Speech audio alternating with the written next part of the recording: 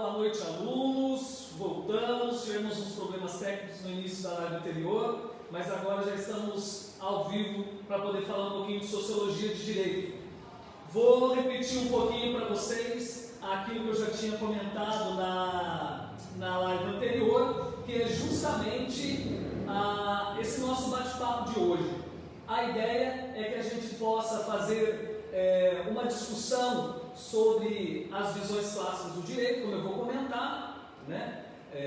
Seja bem-vindo, aluno do curso de Direito, a outros alunos que também foram convidados a participar da nossa live, né? Convidei alguns alunos da pedagogia, da administração, né? E você que não é aluno do curso, mas também está ligadinho aqui na nossa live do Direito.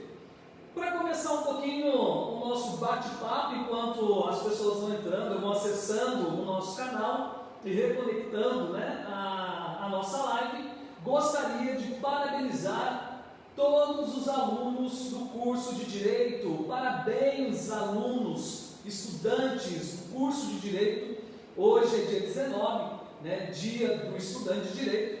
Então, em nome aqui da instituição da FACIP, da Faculdade de Ciências Humanas do Estado de São Paulo, e também em nome do curso, né, da coordenação do curso, a professora Priscila e dos demais professores, desejo a todos os alunos felicidades nesse dia em que comemoramos o Dia do Estudante de Direito, né? Então a gente precisa trazer essa lembrança importante e esse reconhecimento, pois você, aluno que está no primeiro semestre, você também que já está em outro semestre do curso de Direito, sabe que não é fácil se debruçar sobre as leis, sobre todo o ordenamento jurídico e depois especializar-se em alguma área do direito. Isso mostra esse interesse. Eu sempre digo isso em sala de aula: qual é o melhor direito? É o nosso direito.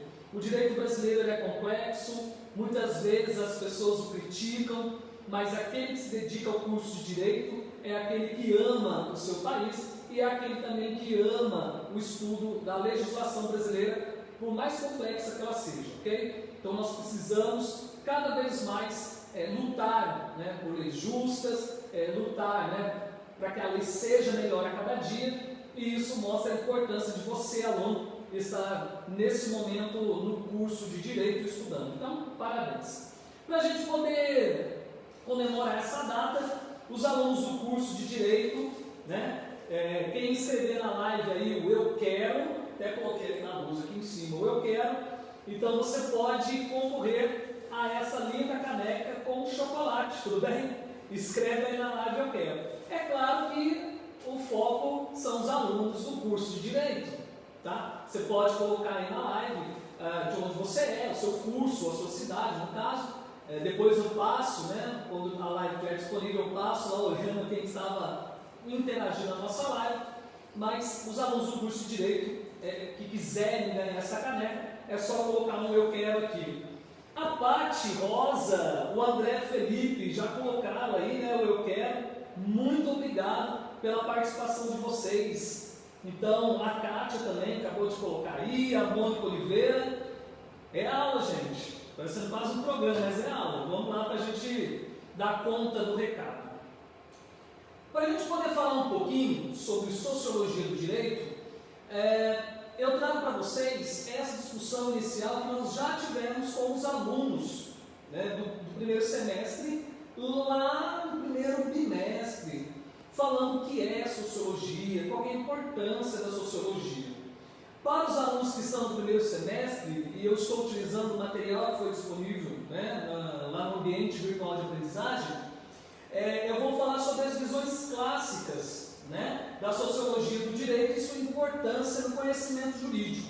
É o material que vocês têm, que eu disponibilizei para vocês no AVA. Mas para a gente poder falar um pouquinho de Sociologia, e só lembrar que a Sociologia, como disciplina, né, como campo de conhecimento, ela é nova, ela é do século XIX, e isso mostra para a gente que a Sociologia ela faz parte das ciências humanas, né, junto com a antropologia, junto com a ciência política, próxima da psicologia social e de outras ciências.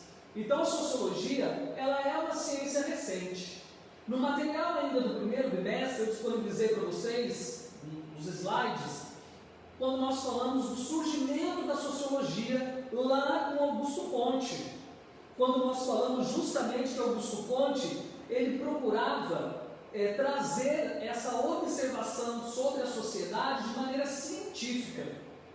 E isso para a gente é importante. A sociologia, ela vem com Augusto Comte, e eu trago isso para vocês a partir do material, que ele procurava, como um médico, ele receita um remédio para a pessoa, ele também acreditava que a sociologia, ela tinha justamente isso, levando o surgimento de uma ciência que permitisse cientificamente estudar esse processo social. Então, da mesma forma que o médico ele prescreve o remédio a partir da observação, né, de alguma doença, então o cientista social, que ele chamava de ciência social, ela também vem nesse contexto para prescrever soluções. Então a sociologia ela quer refletir sobre as questões sociais, sobre os problemas sociais, entender o porquê acontecem esses problemas, e aí vem a terceira parte da sociologia, que é justamente procurar a busca de soluções para esse problema. Então, esse é um contexto importante lá de Augusto Comte, quando ele pensa em ciência social. Tudo bem? Depois, nós olhamos ainda, dentro do material, nessas questões históricas, a sociologia que ela nasce desses dois pontos importantes da história, a Revolução Industrial e a Revolução Francesa, que também, na live de Sociologia da Educação, eu comento sobre a Revolução Industrial Francesa e já comentei na sala de aula com os alunos.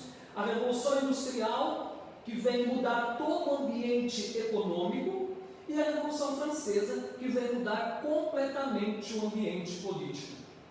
E a Revolução Industrial alterando o mundo do trabalho e as relações, né? A ideia de direito do trabalho tem uma referência basilar dentro da Revolução Industrial, e também as diversas constituições e a questão da dignidade da pessoa humana, quando nós falamos dos direitos da pessoa, né? E essa ideia do Estado não intervir tanto na economia como se tinha através dos reis, né? Quando nós falamos da Europa no contexto de Revolução Francesa. Ok? Se eu falar rápido, se picotar um pouco aí, a live depois ela fica disponível para vocês poderem também assistir com calma. Ok? Tudo bem? Então, quando nós falamos dessa sociologia, é entender esse mundo que se transforma. Que mundo é esse? É o mundo ocidental, é o mundo europeu. Né? Então, a sociologia, como nós estudamos, por exemplo, a filosofia, nós estudamos esse mundo ocidental. Esse mundo que, de certa forma, a nossa sociedade se constrói nessa base greco-romana, judaico-cristã e afro. E é claro que essa parte do conhecimento que nós estudamos na academia, quando eu digo em filosofia e digo sociologia, é aquilo que de certa forma altera o nosso modo de pensar. Ou é tudo aquilo que nós pensamos e acaba que a gente não reflete muito sobre isso. Então, a sociologia nesse ponto, ela também quer refletir essas bases da sociedade. Né?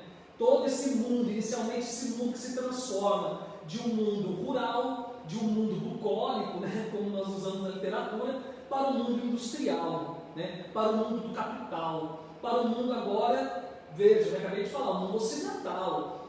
Não que não existam outras culturas, não existam outras referências, mas para a nossa base de análise, nós falamos, né, desse contexto europeu, que já traz em si muitas influências para a nossa vida em sociedade.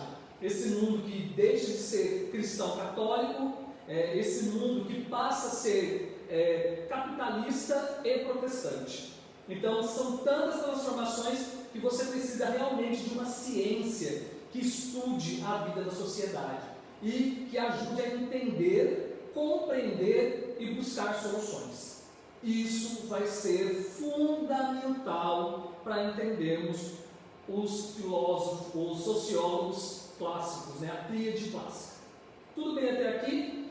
Então, essa parte de introdução da sociologia, quando nós falamos de Comte, quando nós falamos do surgimento da sociologia, isso tem que ficar muito claro para a gente. Isso já foi abordado na sala de aula. No material, geral, quando nós olhamos a sociologia do direito, dando continuidade ao mesmo tempo fazendo essa parte de introdução do nosso material, nós temos essa ferramenta de aquisição de conhecimento. O jurista ou qualquer pessoa que tenha por objetivo o estudo jurídico tem mais chances de observar os fenômenos sociais das ações humanas, podendo melhor equacionar as penas dentro da legalidade e ajudar na solução dos problemas da sociedade de maneira coerente e correta. E aí eu já estou me referindo à sociologia do direito. Professor, para que estudar sociologia? Primeiro, para entender melhor a minha sociedade. E eu vou comentar um pouco mais sobre isso. Professor, por que a sociologia do direito é importante? Porque não basta apenas alunos do primeiro semestre, lembra o vídeo da TV Justiça? A perspectiva interna do direito e a perspectiva externa do direito. Bom lembrar aí? Isso está de acordo com o material quando nós falamos de Hans Kelsen. E você que é aluno já ouviu falar, já estudou sobre Hans Kelsen, que ele fala justamente sobre a teoria pura do direito.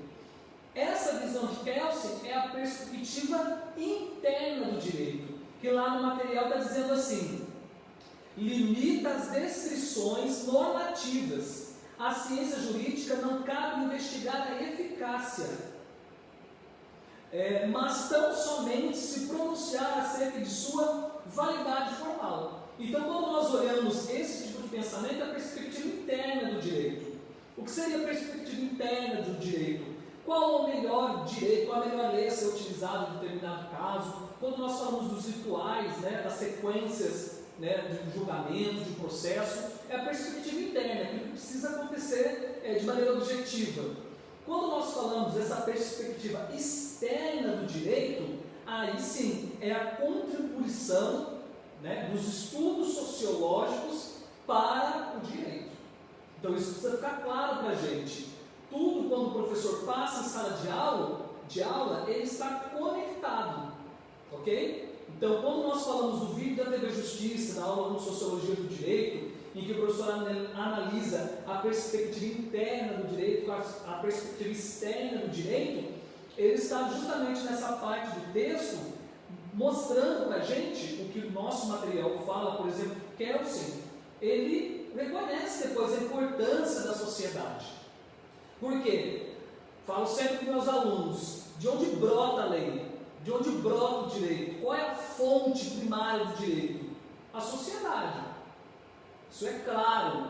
A sociedade é a fonte primária, a fonte primordial do direito. Sempre foi assim? Não. Quando nós olhamos as sociedades antigas, sociedades tribais, ou a sociedade greco-romana, ou os reinos na Europa, as leis brotam de ações, de orientações divinas. Quando nós olhamos o Antigo Testamento com Moisés, a lei ela brota como orientação, para alguns imposição, mas como orientação divina. Quando nós olhamos nos reinos da Idade Média, ou dos impérios, dos reinos, a lei ela brota do rei, da vontade do rei, brota da pessoa. Então, essa ideia de discutir o futuro da cidade, propor uma discussão, isso nós vimos lá em filosofia, tem a live da filosofia da educação, da importância de Atenas, no contexto filosófico, de Atenas, quando nós falamos dos filósofos, vamos comentar hoje aqui, sobre essa questão da importância da polis, da importância da democracia em Atenas. E isso reverbera até no iluminismo dentro da Revolução Francesa. Então, de certa forma, esse conhecimento, quando a gente olha dessa base histórica, eles estão conectados entre si. E o importante é fazer a conexão entre eles. Eu falo com meus alunos em sala de aula que nós recebemos informações, quando nós fazemos a leitura do texto, quando nós acompanhamos o vídeo, e aí muitas vezes nesse contexto os professores, os palestrantes, eles fazem essa conexão entre os saberes. Mas o que é conhecimento de fato? É quando você faz a contextualização dos saberes e você consegue identificar o local de aplicar esse conhecimento, ou de identificar esse conhecimento, essa forma de interpretar a vida. Então o conhecimento ele é realmente algo para a gente poder transformar a vida da gente. Essa é a primeira parte que a gente faz, essa introdução. Isso é só introdução. Eu sei que eu falo rápido, né? Os alunos também falam, professor, o senhor fala muito rápido. Mas é por conta do tempo, tanto em sala de aula, quem dirá dentro da live. Tudo bem, alunos? Dando para acompanhar certinho. Os alunos do primeiro direito, mais uma vez, seria interessante pegar o material das visões clássicas, né, que é o material que vocês estão utilizando para responder as atividades durante a semana. Tem alguns alunos aqui participando. Ruth, essa aula é para os alunos do curso de Direito, Sociologia do Direito, mas pode acompanhar, conhecimento é sempre importante. O Ziel está acompanhando, a Wanda Monteiro, Cristiano Amaras, escreveu eu quero aí. Então, se você quer ganhar a caneca, a nossa propaganda, hora dos comerciais, a nossa caneca para os alunos do curso de Direito, nesse dia do aluno do Direito, do estudante do Direito, é só escrever o que está aqui, ó, eu quero na nossa live, ok?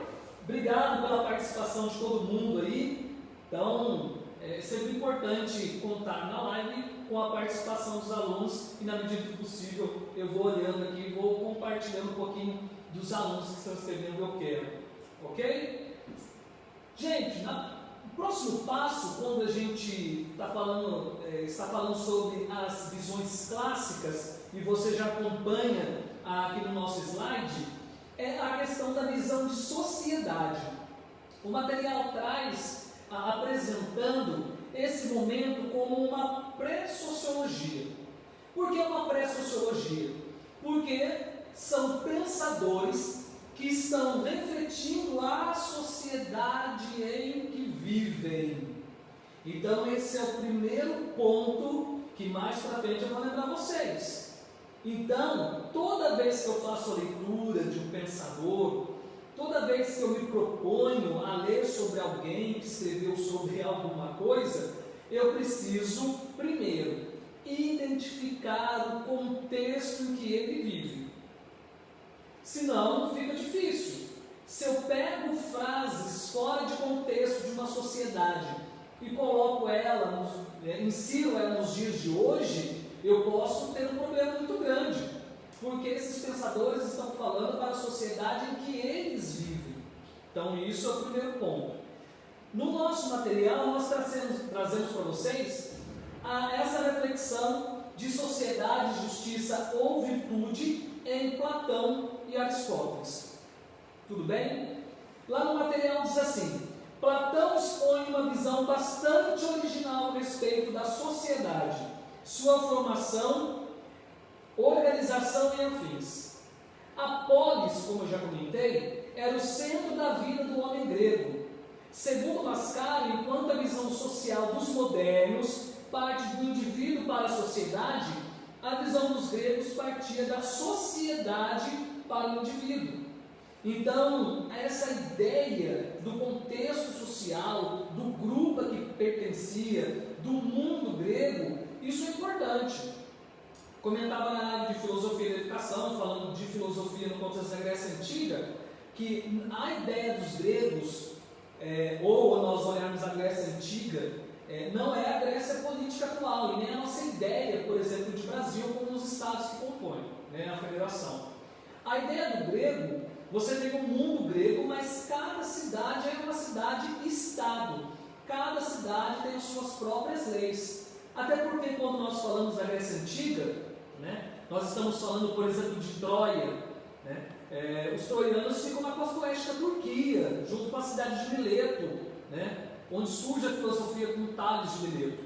Então o mundo grego ele não se limita à Grécia política atual. E o mundo grego, cada cidade era considerada cidade-estado, apesar de formar o mundo grego. No entanto, quando nós falamos de Alexandre o Grande rei da Macedônia, quando a gente estuda toda aquela parte do helenismo na história, os gregos do centro, do sul, os atenienses, os espartanos, eles olhavam para a Macedônia e não consideravam os gregos da Macedônia como grego, não, porque estavam bem ao norte, né? Já estavam quase lá no centro da Europa, então não faz muito o nosso pensamento. Então, quando nós olhamos o mundo grego, a sociedade é importante, estar inserido no grupo é importante. Então, esse é o primeiro ponto. A sociedade ela tem um valor maior do que o indivíduo em si. Né? Hoje nós sabemos, né, quantas pessoas entram na justiça contra o Estado, né? Contra tanto o poder municipal, estadual, federal, enfim. Então, essa ideia do indivíduo era uma ideia moderna, que ela parte lá da Revolução Francesa. Na sociedade grega, os gregos baseavam a análise da sociedade na polis e não no individual. Então, esse contexto para a gente é importante. Platão, um esperto conhecedor do direito, diz que a função do jurista não é somente aplicar ou estudar as leis existentes, assim, mas antes de tudo, comparar os decretos injustos das assembleias populares, assim como os emanados pelos tiranos. Uma lei injusta torna-se uma lei malvada, portanto, não se configura consequentemente como direito. Olha a sociedade que vive. Platão ele diz nesse contexto que a função do jurista é estudar as leis existentes e comparar os decretos injustos, porque isso ele percebe lá na condenação de Sócrates. Platão, que foi discípulo de Sócrates, vê a injustiça sendo cometida. Sugiro aqui o estudo para vocês, tem esse livro disponível em PDF na internet, a Apologia de Sócrates. Nas próximas semanas nós temos aí os alunos do segundo semestre de Direito vão fazer a leitura da Apologia de Sócrates. Então a gente já percebe naquele contexto essa manipulação. Então, mesmo assim, o contexto da sociedade é mais importante que o indivíduo. Então ele percebe muito dessa questão da injustiça, da questão da lei. E isso é importante, mais uma vez, lendo a Apologia de Sócrates, isso fica claro na fala de Platão. Para a gente continuar falando sobre o filósofo grego, agora falando sobre Aristóteles, é preciso observar que para o direito, o seu legado foi incomensuravelmente precioso no campo da ética, a qual a justiça e o direito possuem um liame indissolúvel. Então, justiça e direito estão juntas, não podem ser separadas. Na nossa discussão sobre justiça e direito, né, quando nós falamos lá em filosofia sobre direito e justiça, quando nós falamos do estudo da metafísica, a ideia que eu comparo com os alunos é que justiça se compara à ética e o direito se compara à moral. Né? A justiça é sempre no norte que se procura, o princípio, e a lei é a ação. Então nós temos as legislações de todos os países. Todas as legislações, de certa forma, acreditamos nós, né, que ela parte desse princípio da justiça. Só que cada sociedade, através dos seus costumes, tem uma maneira diferente, né, de executar. Por que eu não vou entrar nessa parte da filosofia aqui? Porque nós estamos vendo tanto Platão quanto Aristóteles do ponto de vista social. O que eu vou sugerir para os alunos?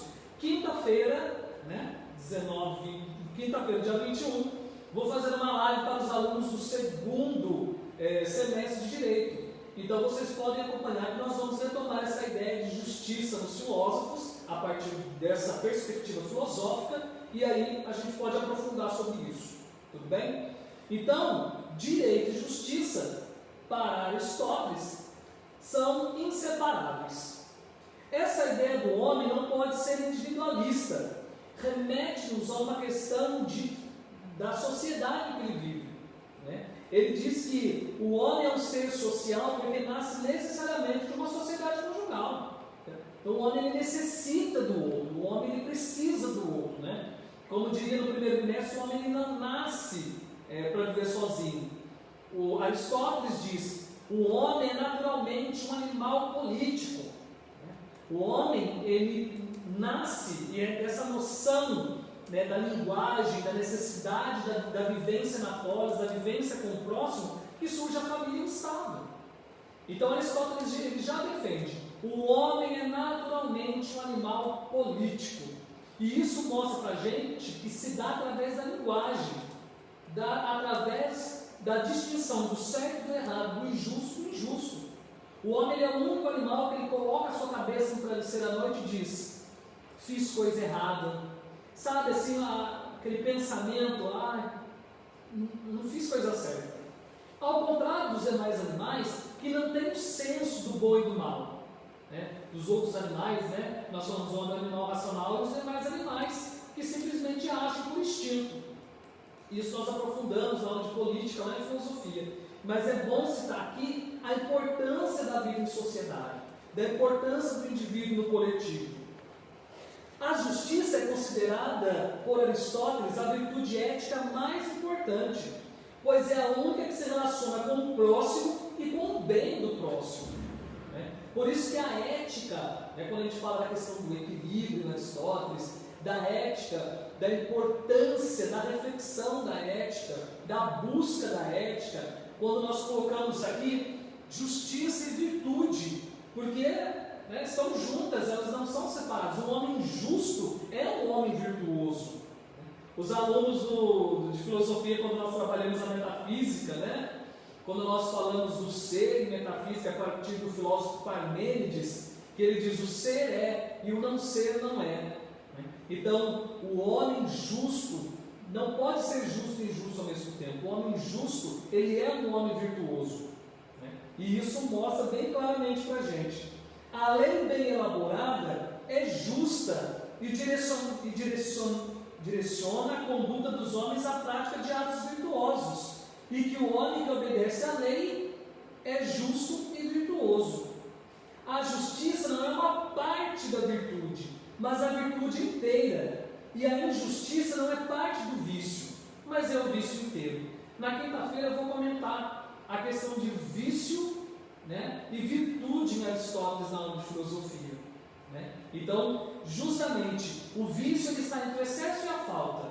E justamente o justo está nesse equilíbrio, está na virtude. A virtude é ser equilibrado. E eu vou dar um exemplo. Eu convido os alunos do primeiro semestre a assistirem essa aula, porque a gente caminha na história paralela a tudo isso. A garantia de que a lei é justa são os legisladores, que devem ser grandes estudiosos das virtudes. Presta atenção, olha a sociedade que se vive, olha o pensamento de Aristóteles. E ele diz assim: a lei é justa se os legisladores, que devem ser grandes estudiosos das virtudes, para ter conhecimento suficientemente capaz de criar leis que conduzam os cidadãos à virtude completa. Então, assim, a importância do estudioso, quando nós falamos da filosofia, a questão do conhecimento para a filosofia, é justamente a capacidade que o homem tem de interpretar o mundo que ele vive e de dar essas respostas. Quando nós falamos das virtudes em Aristóteles, ele diz: por que os legisladores são importantes? Porque os legisladores fazem as leis. E eles precisam ser pessoas virtuosas. Você deve estar pensando aí, assistindo a live do seu celular, do seu computador, sobre a questão do mundo atual. Quando nós falamos da discussão ética, como é importante nós termos representantes do nosso legislativo que sejam comprometidos com esse conhecimento. Como é importante nós olharmos a sociedade lá na Grécia Antiga e perceber que o coletivo é importante. O professor Leandro Carnal diz assim: não existe legislador ruim em uma sociedade boa. Muitas vezes nós reclamamos dos nossos legisladores, por exemplo, no ano de eleição, como o ano que vivemos. É importante procurarmos legisladores que sejam estudiosos, que sejam praticantes dessas virtudes.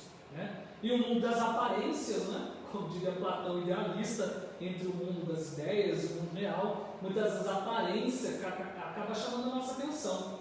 Mas é interessante nós olharmos a sociedade e procurarmos perceber como a questão social ela é importante.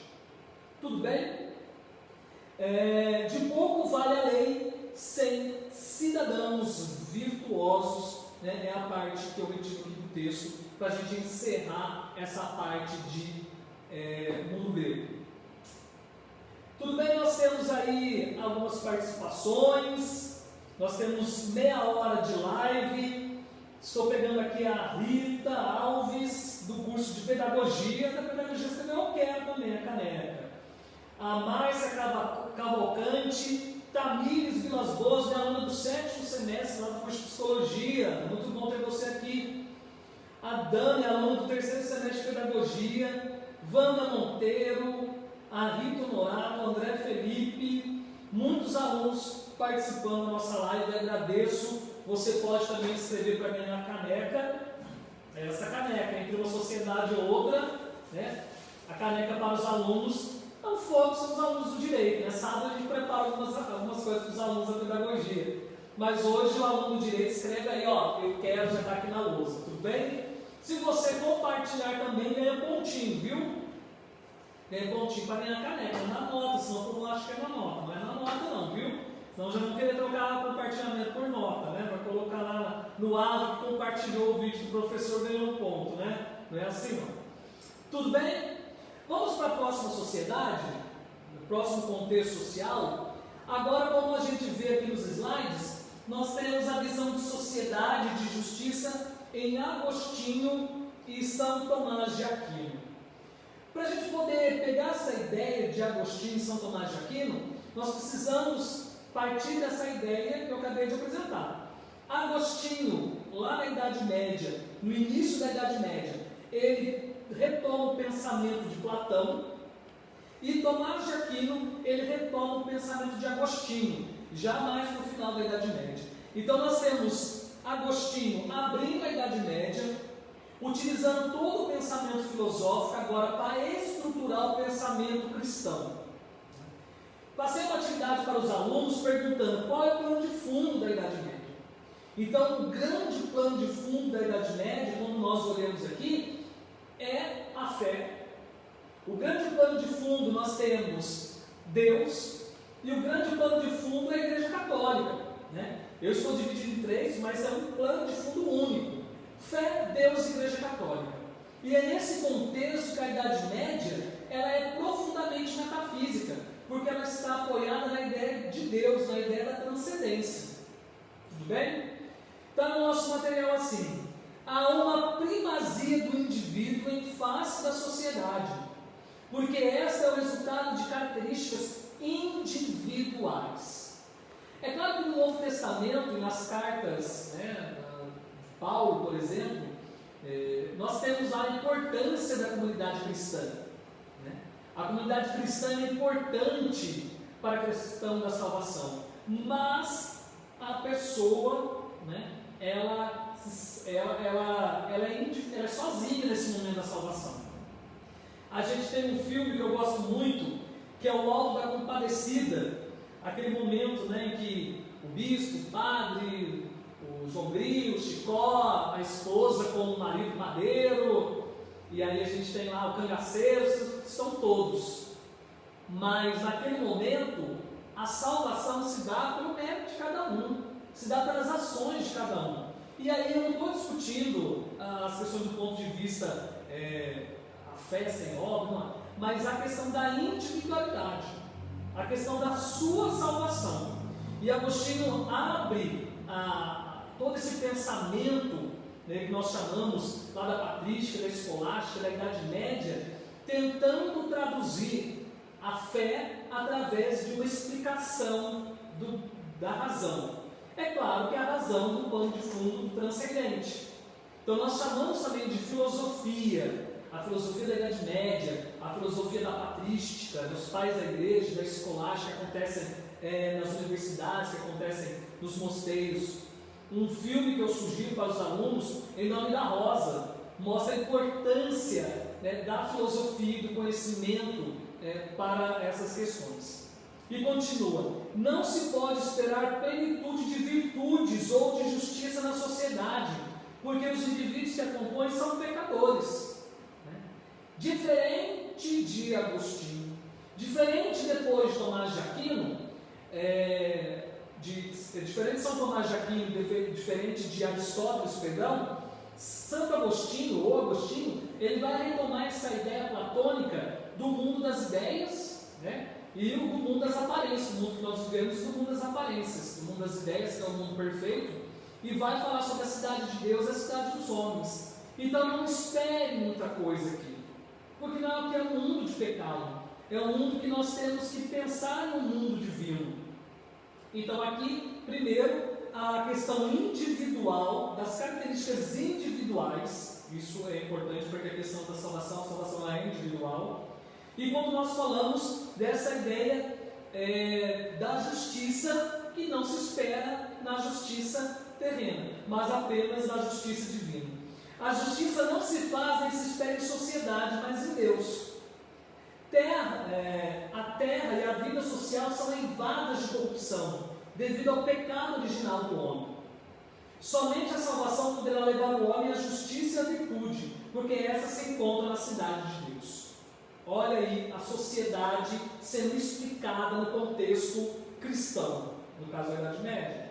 Então são pensadores que pensam a sociedade no contexto que eles vivem, né? Que é o contexto metafísico, que é o contexto da transcendência de Deus. Enquanto Agostinho ele é idealista, né? Ele retoma o pensamento platônico, ele, como nós dizemos na filosofia, ele cristianiza Platão. Tomás de Aquino, praticamente nós temos aí quase 800, 900 anos depois, ele vai cristianizar os pensamentos de Aristóteles. Então ele vai tomar de Aristóteles toda essa parte de sistematização do conhecimento e vai, de certa forma, como nós dizemos, cristianizar Aristóteles. Tomás de Aquino diz que o direito visa estabelecer de maneira plena a justiça. Então o direito visa estabelecer de maneira plena a justiça. A partir da ação dos próprios homens, os atos humanos apresentam princípios ou causas. Olha que visão diferente. Enquanto Agostinho diz, olha, não esperemos coisas boas aqui, porque o homem é falho. Até pela própria experiência de Santo Agostinho, né, antes da conversão dele. Quem quiser, procura aí a vida de Santo Agostinho. Tomás de Aquino, ele, um grande estudioso, nós já temos um avanço, mesmo dentro da Idade Média, um avanço em relação às discussões, né? Era comum na Idade Média, depois da meia-idade média, da metade no caso, né? Você ter discussões entre os dominicanos e os franciscanos, entre os jesuítas e os franciscanos, esses debates, né, usando essa racionalidade acerca da fé, né, defendendo as questões da interpretação, né, dos livros dos padres, né, dos doutores da igreja e também da própria Bíblia. Então era comum esse debate intelectual. E hoje nós recebemos de herança, né, da Idade Média, dessa parte da filosofia, esses debates eles ganham corpo na Idade Média entre esses monges, né, dos mosteiros que se acreditavam e se dava importância ao debate dessas ideias. Falando de Tomás de Aquino, para a gente encerrar, ele legitima a possibilidade de ação justa na sociedade, porque o homem não se salvaria apenas pela fé, mas também pelas obras. E ele retoma isso, acabei de falar lá do Novo Testamento, a fé sem obras é morta. Então, veja, é uma interpretação, né, à luz da Bíblia, com esse pensamento racional da palavra sagrada. Então, percebam, como pensar a sociedade. Agostinho diz que a sociedade não precisa esperar muito, né, porque são todos pecadores. Tomás de Aquino diz, não, o direito justamente tem a questão da justiça aí, porque a ação humana, ela tem um porquê. Tem um porquê que aconteceu. Então precisa estudar esses porquês. E depois, e não se salva só pela fé, mas também pelas obras, pelo que a pessoa faz de fato. Então, esses 4 pensadores greco-romanos, né, lá da Grécia Antiga e da Idade Média, mostram para a gente essa importância. a sociologia medieval é tomada em seu contexto mais amplo, é um exemplo dos mais claros de explicação que não começa na sociedade como fonte de seu conhecimento. Afinal, o cristianismo medieval parte de dogmas, crenças e explicações teológicas para examinar, reclassificar e julgar o mundo e a sociedade. E eu falei isso lá no início. A nossa visão atual é que o direito brota da vida da sociedade. E um exemplo que nem sempre foi assim, a partir desses pensadores que estavam refletindo a partir da sociedade que viviam. Ufa! Nós temos aí um tempo já de live. Deixa eu dar uma olhada quanto tempo já passou. E não aparece 40 minutos de live. Vou tentar ser mais rápido. Então, obrigado Natane, Dominique, Maria Fernanda. Os alunos comentam, né? Obrigado mesmo pela participação de vocês. Curta, compartilhe também a nossa live, para a gente poder cada vez chegar mais longe, a nossa faculdade também, o conhecimento chegar às pessoas. Lembrando que nós temos a caneca, estamos partindo por uma das nossas último comercial da caneca, então você pode ganhar essa caneca, principalmente aluno do curso de Direito, que é o foco da caneca, né? O Will está anotando ali o pessoal da caneca. Então, os alunos do curso de Direito, coloca aí, eu quero, os alunos da Pedagogia, sábado a gente se encontra, para a gente poder ter mais sorteio, ok? Então, muito obrigado a participação de todos os alunos, o Carlos Roberto Ferreira, né, e os alunos que estão aí comentando, eu quero, e Sandra, obrigado, Sandra Palma, obrigado pelo comentário aí, tá bom? Vamos partir para um próximo passo, que estamos aqui, os clássicos da sociologia. Então, falando dos clássicos da sociologia, da tríade clássica da sociologia, como nós chamamos, que é Durkheim, Weber e Karl Marx, né? É passar sobre a origem essencial da sociologia como ciência. Partindo de Durkheim, nós vamos falar, passando por Max Weber e chegando, por último, em Karl Marx. O pessoal já está louco para querer ouvir o professor falar de Karl Marx, né? Mas nós vamos chegar lá, ok? Aqui, Max Weber, Karl Marx e Durkheim são considerados os três autores clássicos da sociologia, uma vez que essa tríade de pensadores formularam as ideias mais gerais da sociologia enquanto ciência. Vimos Augusto Comte pensando a sociologia como ciência social. E nós temos agora Durkheim organizando, sistematizando, agora sim, sociologia, o estudo da sociedade como um pensamento mais organizado e elaborado. Então, Durkheim, como é considerado o fundador e sistematizador da sociologia, reivindicou o conhecimento sociológico em caráter científico específico. Então, ele começa a analisar a sociedade, ele que nasceu em 1858 e morreu em 1917, ele começa a analisar as transformações da vida da sociedade dele. Para a gente poder deixar mais claro isso e ter o material dos alunos, eu projeto aqui que o objeto de estudo da sociologia de Durkheim, toda a maneira de ser, pensar e agir é exterior ao indivíduo. Apresenta-se generalizada na coletividade e exerce sobre ele coerção. Seria a realidade dos indivíduos compostas de regras, leis, costumes e rituais. Então, quando nós olhamos as definições de Durkheim, nós estamos percebendo sobre a questão de coerção, de obrigação, de imposição. Quando nós falamos lá em filosofia, em política, nós falamos por exemplo, da questão do contrato social, ou das teorias contratualistas do século XVII e XVIII. Hobbes e Rousseau já discutiam se o homem nasce mal ou se nasce bom, se a sociedade corrompe ou se a sociedade, através das leis, desse contrato, ajuda o homem a ser melhor. Tá? Então, o fato é que na sociologia, a sociedade já está posta, então eu preciso estudar aquilo que me é posto.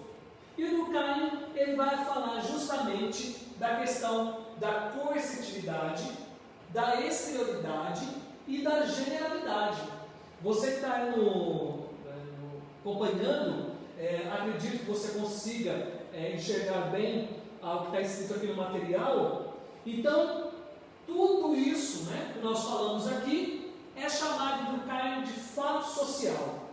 O fato social, ele apresenta 3 características.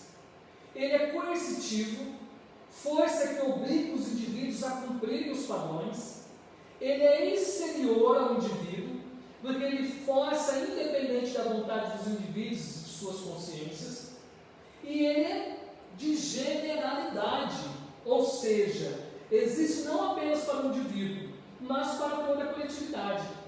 Então ele começa a identificar os fatos sociais. E, por exemplo, o que são fatos sociais? A escola é um fato social. Eu posso analisar a sociedade a partir desses fatos e identificar os fatos sociais. Por exemplo, quando nós falamos que a escola é coercitiva, ela é um fator que exerce sobre os indivíduos, como força. O horário para entrar, o horário para sair, a sala que ele tem que ficar, as regras que ele tem que seguir. Ela é exterior, porque quando a criança nasce, né, ela já vai ter que passar pela escola. E ela serve para todo mundo, não é só para uma criança, para todas.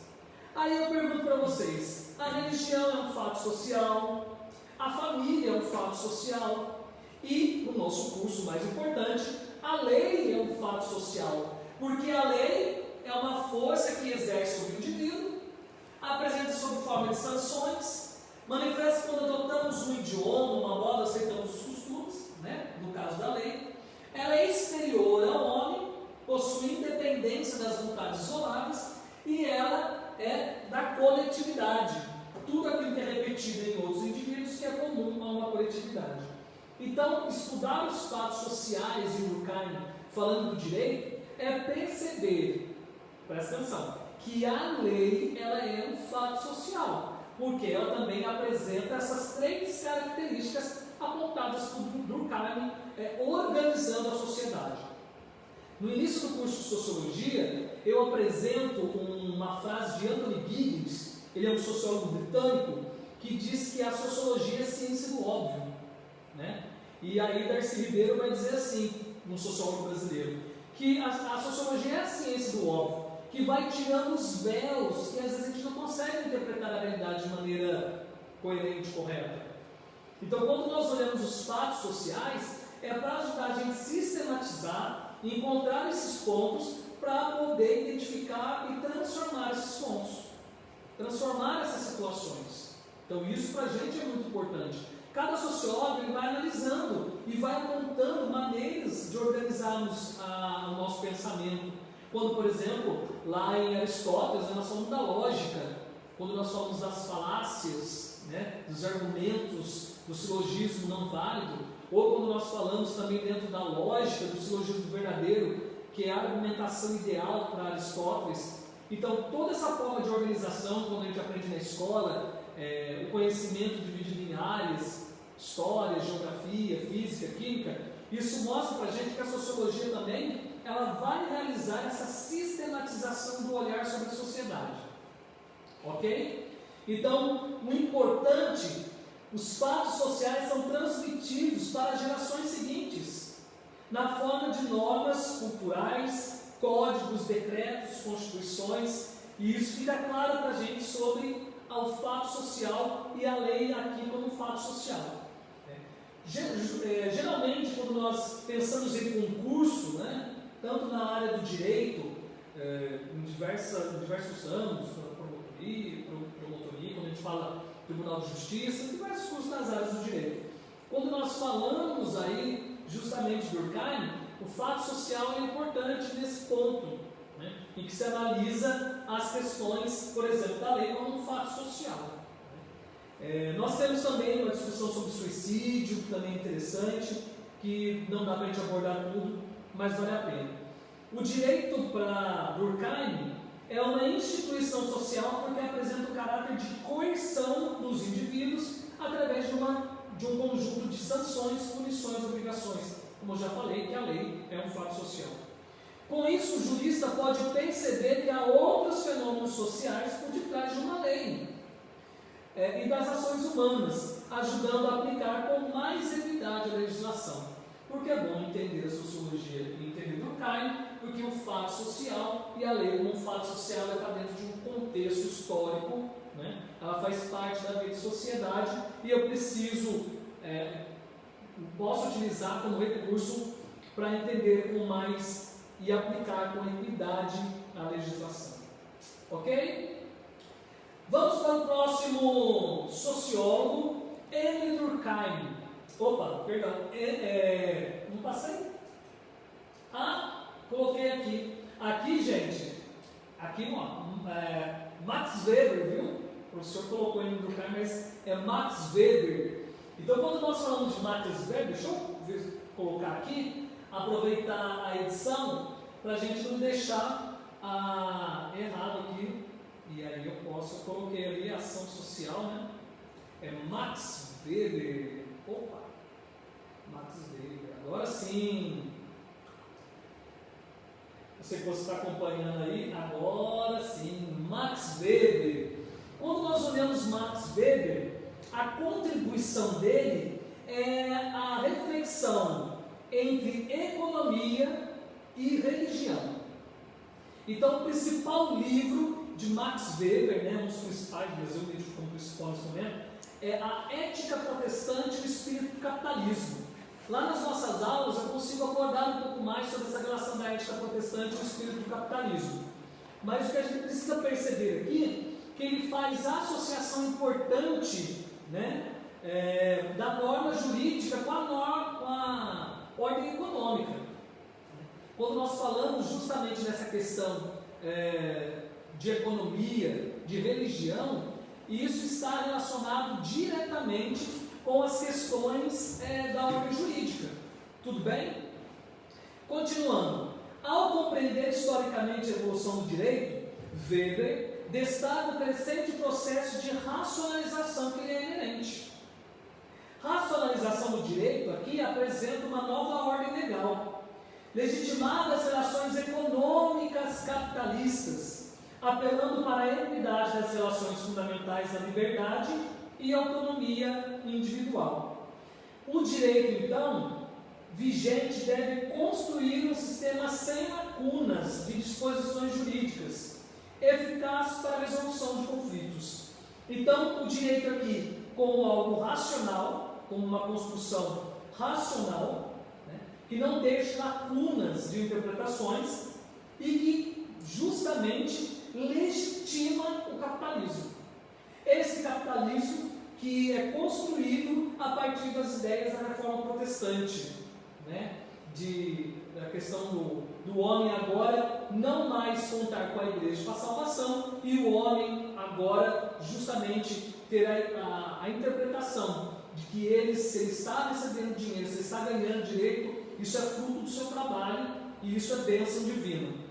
Então, quer dizer, essa ideia protestante que você não precisa mais dar o seu dinheiro para a igreja católica administrar para você entrar para o céu, essa ideia que você afasta a nobreza que está junto com o clero lá na Revolução Francesa, mostra para a gente que a burguesia se favoreceu muito, né, da reforma protestante, porque isso mostra a importância, né, da questão econômica, religiosa para a ideia do direito.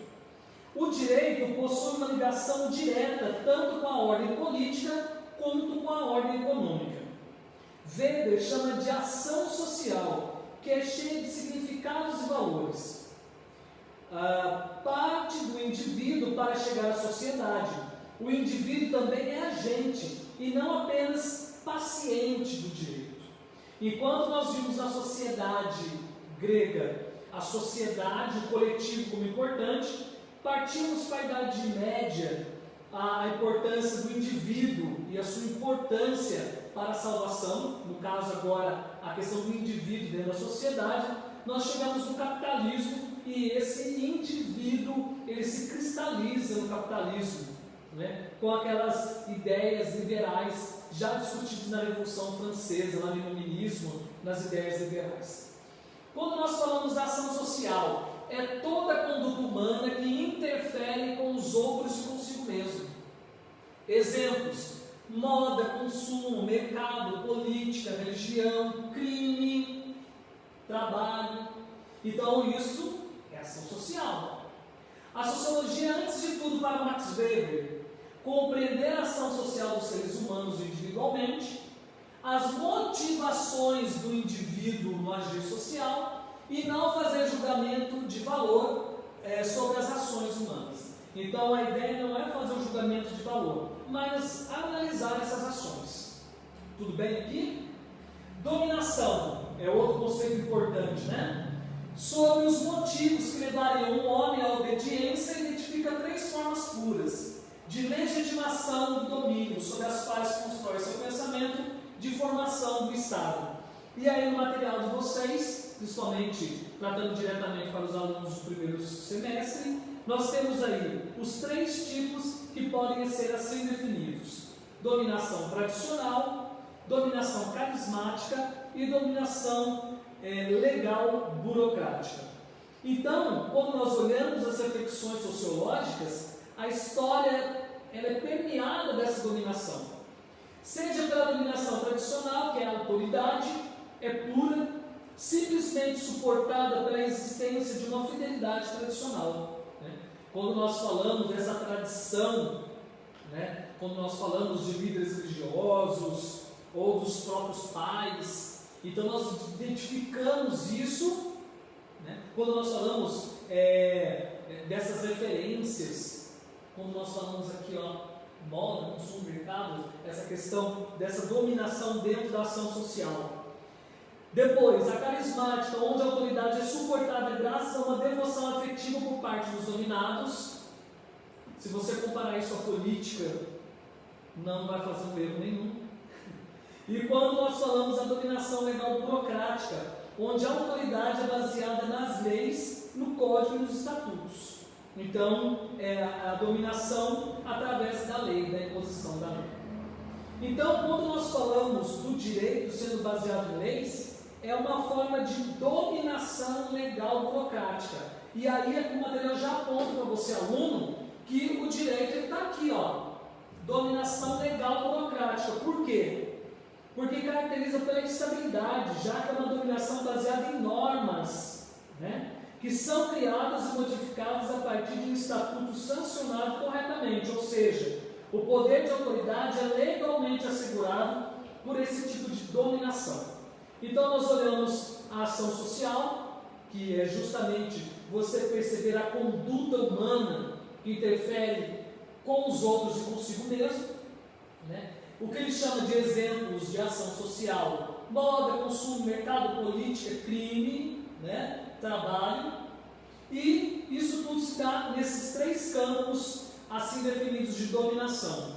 E para você, aluno do direito, que é o mais importante, é saber que o direito ele está dentro desse campo de dominação legal burocrática, que é onde a autoridade é baseada nas leis, no código e no estatuto. Tudo bem até aqui? É claro que fica corrido, né, por conta do tempo que nós temos. Nós estamos chegando a quase 1 hora de live, né, vai passar um pouquinho da 1 hora, porque agora eu chego, né, nesse momento final e lembrando, né, os alunos da caneca. A Vanessa Souza, Michele Santana escreveu "eu quero" aí, a canequinha aqui, né, no nosso dia dos alunos, né, no dia dos alunos do direito, né, dos alunos. Hoje é o dia 19, nós comemoramos o aluno do curso de Direito. Tudo bem? Caminhando para o final, né, nós estamos caminhando para o final da nossa live, com nada mais, nada menos que Karl Marx, né, fechando essa tríade clássica. Durkheim falando dos fatos sociais, Weber falando da questão da intersecção entre religião, economia e da ação social, da dominação. E quando nós olhamos Karl Marx tradicionalmente falando e pautando o seu conhecimento na luta de classes. Para chegar em Karl Marx, geralmente em sala de aula eu brinco, né, quando fala assim, o Fabiano já está até de vermelho, marxista. Então, gente, para a gente poder falar de Marx, a gente precisa deixar um pouco de lado aquilo que comumente nós ouvimos, aquilo que o senso comum nos apresenta. É claro que as influências de Marx na nossa sociedade e nas últimas décadas da vida social, principalmente no plano político, é muito clara, né? E principalmente agora, é marxista, é esquerdista e tal, mas o que a gente precisa perceber é que para entender Marx, eu preciso perceber que ele está falando para a sociedade em que ele vive. É o primeiro ponto, tudo bem? Para falar de Karl Marx, é perceber, Marx ele está falando para a sociedade em que ele vive.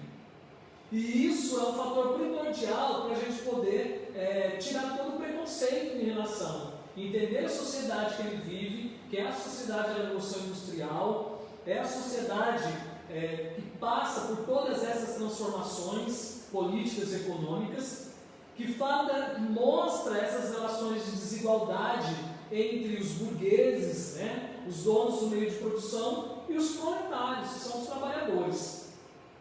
Vamos lá então. Quando nós falamos de Karl Marx, Marx elaborou uma tese em que o direito, como regra de conduta coercitiva, encontra sua origem na ideologia da classe dominante, que é a classe burguesa.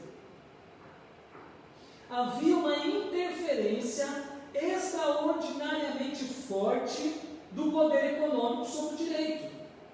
Então, quando nós olhamos o direito, Marx está identificando. Marx não chegou a se formar em direito, né? Mas ele estudou também direito. Então, ele percebe claramente que existe uma influência, né, da classe burguesa, da classe detentora dos meios de produção no direito, para aprovar leis que beneficiem os empregadores em detrimento dos empregados. É claro que você deve ter a sua visão política em relação a isso, mas quando nós olhamos a legislação brasileira, quando nós falamos, por exemplo, das conquistas da CLT, quando nós falamos das conquistas do mundo do trabalho, isso foi fruto de luta, né? Foi fruto de reflexões, né? Desde lá de Getúlio Vargas até os nossos dias. E a quem interessa certas mudanças na legislação trabalhista, a quem interessa pagar menos em relação ao fundo de garantia e tal, então a gente precisa estar atento a isso. Aí você vai falar assim, a Flaviana já vem com essa ideia marxista, né? Mas é uma ideia que ele está falando com a sociedade dele, e é claro que a nossa sociedade ainda vive o reflexo, né, da Revolução Industrial. É claro que nós estamos na Revolução da eletrônica, da indústria 4.0, mas as questões trabalhistas se mantêm nesse intuito da discussão. Então isso aqui é importante para a gente. O direito configura-se como um fenômeno social. Ele é um produto também das contradições provenientes da base material. Então o direito, ele é fruto dessas contradições da base material. E isso nós identificamos ainda na vida da nossa sociedade. Então quer dizer, tudo que Marx falou a gente deve aplicar? Não. Marx falou com a sociedade dele. Então quer dizer que eu posso fazer a leitura de Marx e perceber aquilo que faz sentido na nossa sociedade. Como eu posso ler Nietzsche, Sartre, como eu posso ler um outro sociólogo e perceber o que dele é importante na nossa sociedade? Sim. Tem uma reflexão muito importante, né, do professor Clóvis Barros e do professor Mário Sérgio Cortella, que o Cortella diz assim: o ser humano sempre foi contemporâneo, né? A pessoa sempre viveu na contemporaneidade. Isso mostra para a gente que os problemas atuais, as respostas precisam ser atuais, né? Posso ter iluminação em algum pensador? Sim, mas os problemas que nós vivemos hoje são problemas desse momento.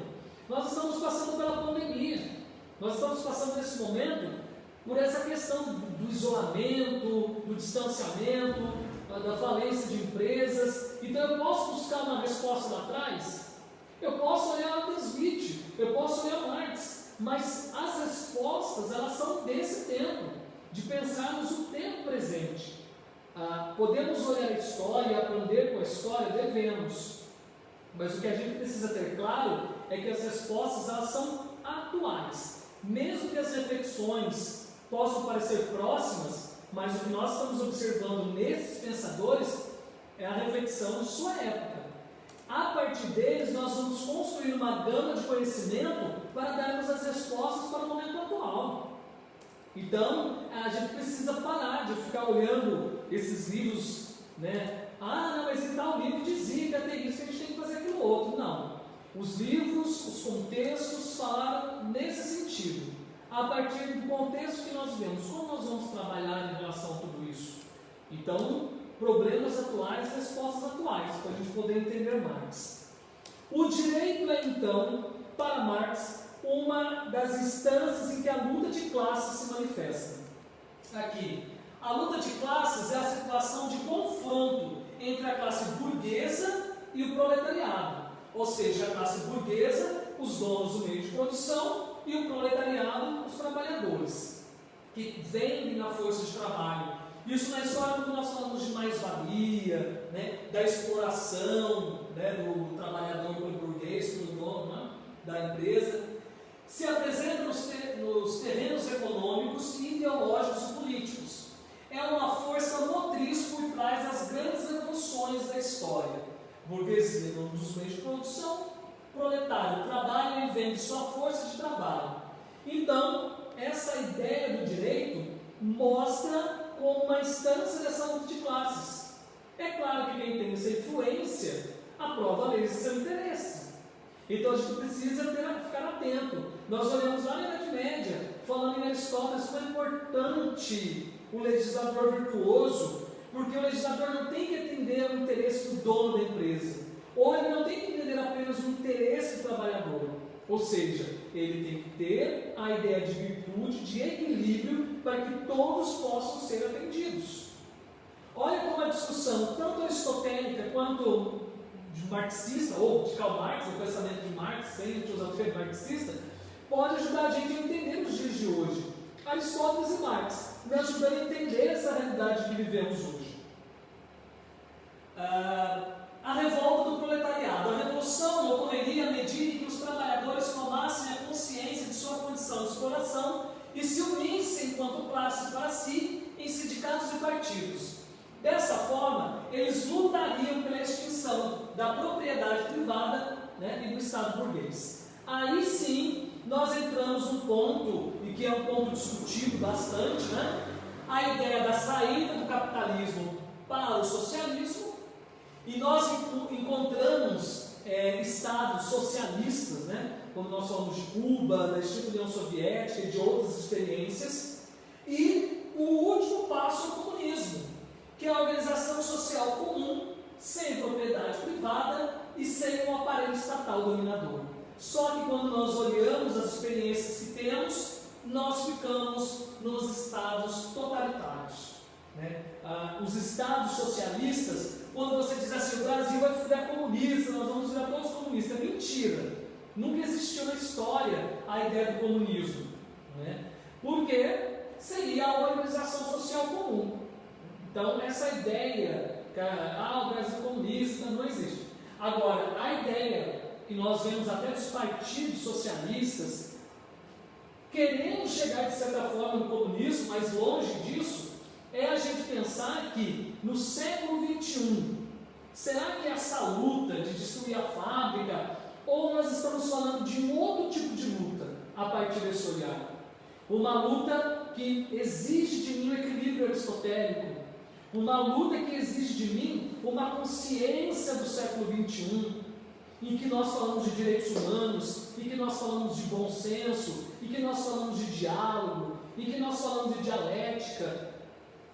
Parece que utilizar uma reflexão de sua época, toda a ideia de Marx em relação à exploração do trabalhador, e a gente pensar que utilizar diversos pensadores para a gente poder elaborar uma resposta atual para os problemas atuais. Será que faz sentido essa luta de pegar e dominar as fábricas e deixar tudo comum? Ou seria justamente de um diálogo entre quem produz e entre quem trabalha. Ou pensar que eu preciso me enriquecer, mas será que eu preciso explorar? É só você olhar na Revolução Industrial. Pega um pouquinho da história da Revolução Industrial, o aumento da prostituição, quando nós falamos na Inglaterra, o aumento das crianças órfãs, né? O aumento da prostituição, doença, etc. E muitas vezes você via a classe burguesa, né, rica, viajando, e as famílias sendo dilaceradas pelo trabalho nas fábricas, mulheres, crianças, trabalhando 16 horas por dia na Revolução Industrial. Então é fácil você olhar hoje, quando nós já tivemos grandes conquistas em relação a isso. Mas o que a gente não pode é retroceder esses patamares, para que a gente não necessite, né, passar por essa situação dessa luta armada, como outrora já aconteceu, né, em relação a pegar as armas e lutar pelos ideais. A luta do século XXI não é a luta das armas, é a luta das ideias, é a luta do combate do argumentativo em prol da política, em prol do bem comum, né? Caminhando para o final, né? O direito, então, não pode ser entendido como um acontecimento neutro em Marx e desinteressado da luta de classes. Prova disso é que quando ocorre uma revolução, a primeira mudança ocorre na esfera jurídica. Quando nós olhamos a Revolução Francesa, quando nós olhamos até a Revolução Industrial, quando nós falamos até da melhoria da situação do trabalho pela lei das Minas, aprovada na Inglaterra, isso mostra que as revoluções ou as mudanças, né, quando nós falamos dos governos do Brasil, dos governos militares, ultimamente nós somos já em 5, o fechamento do Congresso, novas leis, os atos institucionais, quando ocorre uma revolução, uma mudança, ocorre justamente a mudança na lei. Então, nós estivemos próximos, né, estamos vendo isso acontecendo. Quando nós temos o fim dos governos militares, dos atos institucionais, da volta dos exilados políticos, quando nós temos essa abertura do Brasil em relação ao que o povo brasileiro próprio é, no sentido da sua liberdade de expressão, nós temos a mudança da Constituição. Quando nós temos o fim dos governos militares, né, lá no início de 80, você tem em 88 já a Constituição, que mostra que novos ares estão presentes. A ideia de Marx, né? Quando você justamente ocorre uma revolução, a primeira mudança ocorre na esfera jurídica. O direito é originário na ideologia da classe dominante. O direito é uma demonstração da luta de classes. O direito legitima a relação entre patrões e empregados. Então, para Marx isso é claro. Classe existe duas: pobre e rico, burguês e proletário. Então, a luta de classes é a luta de quem detém o poder econômico e os meios de produção e daquele que não tem o meio de produção e só detém a força de trabalho, né? É claro que nós em sociologia, por exemplo, falamos de classes econômicas. Classes sociais são duas, classes econômicas, aí nós temos lá no IBGE, né, até um salário mínimo, sem salário mínimo, de 5 a 10, de 10 a 20, classe A, B, C, D. Isso são classes econômicas, são várias. As classes sociais são duas. Ou você é dono dos meios de produção, ou você não é dono dos meios de produção, e eu deixo para você pensar em que lado você está. Então, o direito é uma fonte de dominação social para Marx. Tá? Então, quando nós olhamos aqui, a essência do direito sempre é referida à vontade da classe dominante, que nunca é a vontade do conjunto do corpo social, porque a classe dominante ela tem justamente uma influência maior. Apesar dela ser menor em número, ela tem uma influência maior. Quando nós olhamos, por exemplo, as bancadas, né?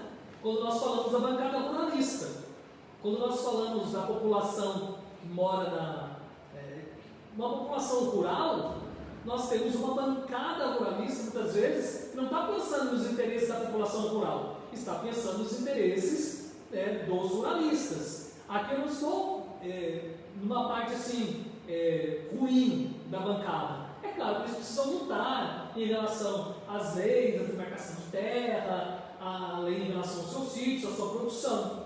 Mas o que a gente precisa perceber é que eles estão pensando naquele grupo. Então, quando nós olhamos uma sociedade em que a maioria está justamente nesse estado da classe dos pobres, nós precisamos perceber que as leis, muitas vezes, qualquer lei aprovada fala, mas isso aí é pobre, não sei o quê. Então a gente precisa ficar atento a isso. As discussões de Marx para os nossos dias é justamente nós pensarmos não tudo que ele disse aplicar tal e qual, mas nós pensarmos que algumas coisas que ele pensou na sociedade dele, e a nossa sociedade, por ser uma sociedade pautada no capitalismo, é importante no dia de hoje. 1h15 de live, nós estamos caminhando para o final, quando nós falamos do direito como realidade dialética. Os oprimidos são autorizados uma vez em cada poucos anos a escolher quem da classe opressora vai representá-los e oprimi-los. Então a crítica dele é muito grande em relação a isso. É claro que você pode falar, professor, a vida de Karl Marx, mas se a gente for pegar a vida das pessoas, para a gente poder tirar alguma coisa boa, ninguém é perfeito, ninguém é 100% bom, ninguém é 100% mal. A ideia é a gente pegar nesses pensadores aquilo que de fato ele traz como referência, e pode ser referência na nossa vida. Se eu pego a vida de Sócrates, um grande pensador, o primeiro grande pensador da tríade clássica da filosofia, lá na Grécia Antiga, de Atenas, a vida dele, se comparada à nossa sociedade, quem quiser pesquisar, pode pesquisar a vida de Sócrates, que até as situações sociais na Grécia Antiga eram bem diferentes, distintas da nossa. Então eu preciso perceber que essa contribuição, essa reflexão, ela deve ser para a gente poder pensar a vida da nossa sociedade. Então o direito, encerrando aqui Marx, é importante para a gente poder perceber que ele é fruto da luta de classes, e esse direito ele vai atender realmente ao interesse da classe dominante. Ok? Estamos chegando ao final da nossa live, chegando nessa parte de conclusão, da gente perceber como a sociologia do direito ela é importante para os nossos dias, e aí a expressão latina, ubi societas sub ius, onde a sociedade, a justiça, onde está a sociedade, aí está o direito, referindo a essa expressão, onde a sociedade é o direito. Então, pessoal, quando nós retomarmos isso nas atividades, para a gente poder perceber que nossas reflexões em torno da sociologia do direito é a gente perceber que a sociologia contribui com os seus estudos para a compreensão da lei e do direito, e da gente perceber também que as reflexões dos sociólogos elas nos ajudam a olhar para a vida da nossa sociedade. Para a gente poder terminar, você vai falar assim, mas e no Brasil? No Brasil nós temos grandes sociólogos, Eu destaco Florestan Fernandes, para aqueles que quiserem olhar a sociologia no Brasil, quando nós falamos da questão dos nativos do Brasil e também da industrialização, principalmente na cidade de São Paulo. Quando nós falamos de Darcy Ribeiro, com a organização da sociedade brasileira, a ideia da FUNAI, a LDB, partindo do sociólogo político Darcy Ribeiro, como Florestan Fernandes também foi político. Depois nós temos Gilberto Freire, como a primeira aula de sociologia do Brasil, o nosso estruturador, o nosso grande Durkheim da sociologia brasileira, que escreve Casa Grande Senzala e Sobrados e Mucampos, falando dessa questão do Brasil colônia, da nossa relação. E depois eu destaco ainda, como educadores também, falando da sua sociedade, Paulo Freire, que fala dessa parte da educação também interferindo na vida da sociedade, e o Anísio Teixeira, quando nós falamos lá do INEP, que ele usa as pesquisas para justamente mostrar que a universalização da escola pública é importante. O aluno da pedagogia que acompanhou até agora, o Anísio Teixeira, que como sociólogo, usou as pesquisas sociais da área de educação do Brasil para mostrar como a sociologia é importante. Vejam a diferença, os sociólogos da Europa estavam procurando entender a nova sociedade, a mudança da sociedade rural para a mudança da sociedade capitalista urbana. E os sociólogos do Brasil estavam procurando entender a nossa sociedade, as nossas raízes, essas relações que foram estabelecidas nessa mistura de povos, né, dos nativos do Brasil com os europeus, logo depois com os povos que vieram depois da Primeira Guerra Mundial, da Segunda Guerra Mundial, os asiáticos, né, os próprios europeus na segunda vinda da Primeira Guerra e da Segunda Guerra. Tudo bem, gente? Nós vamos chegando ao final. Eu queria agradecer a todos vocês, vários alunos que estiveram aí, alguns comentaram. Muito obrigado pelos comentários, por terem participado da nossa live. Essa live é um pouco mais extensa, vocês viram que eu quase não falo, né? Queria falar bastante aula, chegamos a 1h20. Desculpa às vezes se a gente passa muito rápido, é também porque a gente tem um tempo limitado, né? Então a ideia é pontuar a parte mais importante do nosso material, ok? O William vai fazer o sorteio da caneca? Vamos fazer. Pode desligar aqui? Pode desligar aí. Vamos aqui. Deixa eu conectar aqui, ó. Deixa eu conectar aqui. Espera aí, vamos conectar aqui, a live ainda continua. Deixa eu passar aqui o cabo. Aqui, beleza. Já agradecendo a todos vocês que participaram da nossa live, que comentaram ou não, né? Desde o início da live, que eu já citei alguns aqui, né? Aline Melo, o Zé já tinha comentado, a Mônica, a Juliana, se continuam ainda conosco. O André comentou várias vezes. Sérgio Schumann, meu grande amigo professor, aluno e grande professor, o Sérgio, nosso aluno, né? já terminou, né, Sérgio? O Sérgio já está lá já está exercendo aí, né, Sérgio? Vamos lá, estamos aqui, estamos ali, vamos dar uma olhada. Vários alunos falando eu quero. Vamos ver quem vai receber a nossa caneca, sortear, que rufem os tambores. Não é meu tambor, mas Júlia Paraíso. Opa, mas não foi, né? A Júlia escreveu, olha, na dúvida, Júlia, tem que escrever eu quero. Tirou exatamente a dúvida. Júlia, depois eu compro chocolate para você, que você é muito bom aluno, viu? Você pega comigo, depois a gente combina. Vamos lá repetir o sorteio. Muito boa, aluna Júlia. Eu quero Dominique Ebner. Muito bem, Dominique, ok? Dominique é a nossa aluna do primeiro semestre. Feliz por vocês terem nos acompanhado. Agradecer sempre o empenho de vocês, a paciência de vocês nesse momento de isolamento social e nesse momento que a faculdade também está se organizando para poder atender, foi se organizando ao longo do semestre para poder atender. Mais uma vez, para a gente poder terminar, você passa para mim no computador, o VGA? Estamos aqui ainda. Vocês sabem que ao vivo é assim mesmo, ao vivo a gente, quem sabe, faz ao vivo. Vai aparecer aqui no telão, mas agradecer a presença de vocês e mais uma vez, né? Como nós colocamos vamos ver se vai aparecer aqui. Opa! Deixa eu colocar só aqui a apresentação que eu apertei. Mas, para finalizar, colocar aqui, ó, aqui, reforçando o nosso parabéns, aluno do Direito. Continue, você que está no primeiro semestre, parece longe, passa muito rápido e vale muito a pena. E a dica, estude, conheça. O conhecimento é importante, o conhecimento angustia, porque quanto mais a gente conhece, mais angustiado a gente fica. Mas pelo menos nós saímos da caverna, né, quando nós fazemos essa comparação com o Platão. Agradeço a presença de todos vocês, né, e nós... Cadê? Já está aqui o e-mail ali. Agradeço a presença de todos vocês. Quinta-feira eu estarei falando sobre filosofia do direito, retomando esses pensadores, alguns pensadores como Agostinho, Tomás de Aquino, Platão e Aristóteles, e falando um pouquinho sobre filosofia do direito. E sexta-feira eu estarei falando sobre ética e moral para a administração. E sábado, nessa sequência desses dias, hoje é dia 19, eu estarei no próximo sábado com a professora Vânia falando sobre alfabetização e letramento.